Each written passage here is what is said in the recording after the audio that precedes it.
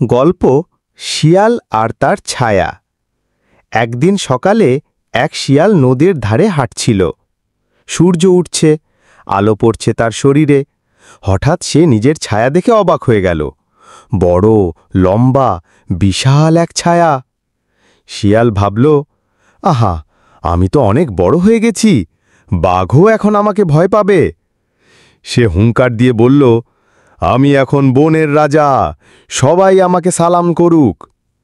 শিয়াল এবার হাঁটা দিল বনের ভিতর। পথে এক খরগোশ দেখল। তাকে বলল, ওই খরগোশ, হাঁটু গেড়ে আমার সামনে বস, আমি বনের রাজা। খরগোশ ভয়ে দৌড়ে পালালো। শিয়াল আরও সাহস পেল।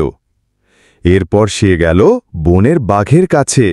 বলল, বাঘ ভাই, এবার তুমি বিশ্রাম নাও, আমি এখন রাজা।